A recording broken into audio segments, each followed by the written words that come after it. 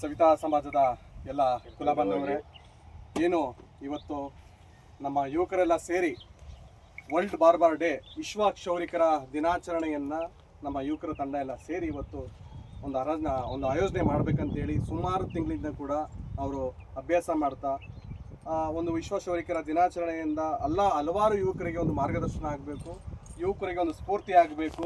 ಒಂದು ಕ್ರೀಡೆಯನ್ನು ಬರೀ ನಾವು ವೃತ್ತಿಪರವಾಗಿ ಇರುವುದಂತಲ್ಲ, ಕ್ರೀಡೆಯಲ್ಲಿ ಕೂಡ ನಾವು ಪಾಲ್ಗೊಂಡಾಗ ಮಾತ್ರ ನಾವೇನಾರು ಬೆಳಕಿಗೆ ಬರ್ಲಿಕ್ಕೆ ಸಾಧ್ಯ ಅಂತೇಳಿ ಇವತ್ತು ನಮ್ಮ ಯುವಕರೆಲ್ಲರೂ ಕೂಡ ಸೇರಿ ಒಂದು ವಿಶ್ವ ಕ್ಷೌರಿಕ ದಿನಾಚರಣೆ ಪ್ರಯುಕ್ತ ಒಂದು ಕ್ರೀಡೆ ಮಂಡಳಿಯನ್ನು ರಚನೆ ಮಾಡಿ ಇವತ್ತು ಒಂದು ಪಂದ್ಯಾವಳಿನ ಆಡಿದ್ದಾರೆ. ಈ ಪಂದ್ಯಾವಳಿನ ಎಲ್ಲ ಯುವಕರುಗಳಿಗೆ ಈ ಮುಖಾಂತರ ನಾವು ಸಂದೇಶ ಕೊಡುವುದೇನೆಂದರೆ, ಸವಿತಾ ಸಮಾಜದ ಬಂಧುಗಳು ಯುವಕರಿಗೆ ಸಂದೇಶ ಕೊಡುವುದೇನು ಅಂದರೆ, ದಯಮಾಡಿ ನೀವುಗಳು ನಿಮ್ಮ ಗ್ರಾಮಗಳಲ್ಲಾಗಲಿ, ಇಲ್ಲ ಊರುಗಳಲ್ಲಾಗಲಿ, ಇಲ್ಲ ತಾಲೂಕುಗಳಲ್ಲಾಗಲಿ, ಇಲ್ಲ ಜಿಲ್ಲೆವಾರಾಗಲಿ ನೀವೆಲ್ಲರೂ ಕೂಡ ಕ್ರೀಡೆಗಳಲ್ಲಿ ಪಾಲ್ಗೊಳ್ಳಿ. ಈ ವಿಶ್ವ ಕ್ಷೌರಿಕರ ದಿನಾಚರಣೆಯಿಂದ ಪ್ರಯುಕ್ತ ನಿಮ್ಗೆಲ್ಲರೂ ಕೂಡ ನಮ್ಮ ಸಮಾಜದ ಬಂಧುಗಳು ಒಂದು ಸಂದೇಶ ಕೊಡುವಂತ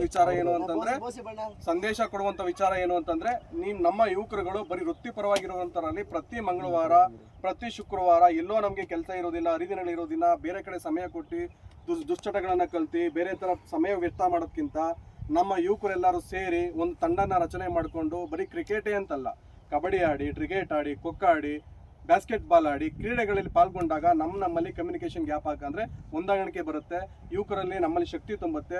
ಸ್ವಾಮಿ ವಿವೇಕಾನಂದರು ಹೆಂಗೆ ಯುವಕರ ಶಕ್ತಿ ಈ ದೇಶಕ್ಕೆ ಬೇಕು ಅನ್ನೋ ಮುಖ್ಯ ಅಂತ ಹೇಳ್ತಾರೋ, ಹಾಗೆ ಈ ಸಮಾಜಕ್ಕೂ ಕೂಡ ಯುವಕರ ಶಕ್ತಿ ಆದರ್ಶವಾಗಿರಲಿ. ನೀವೆಲ್ಲರಿಗೂ ಕೂಡ ಯುವಕರಾಗಿ ಮುಂದಿನ ದಿನಗಳಲ್ಲಿ ಮುಂದಿನ ಯುವಕರಿಗೆ ನಾವೆಲ್ಲರೂ ಕೂಡ ಮಾರ್ಗದರ್ಶನ ಆಗಿರಬೇಕು ಅಂತ ಹೇಳಕ್ಕೆ ಇಷ್ಟಪಡ್ತೀನಿ. ನಮಸ್ಕಾರ.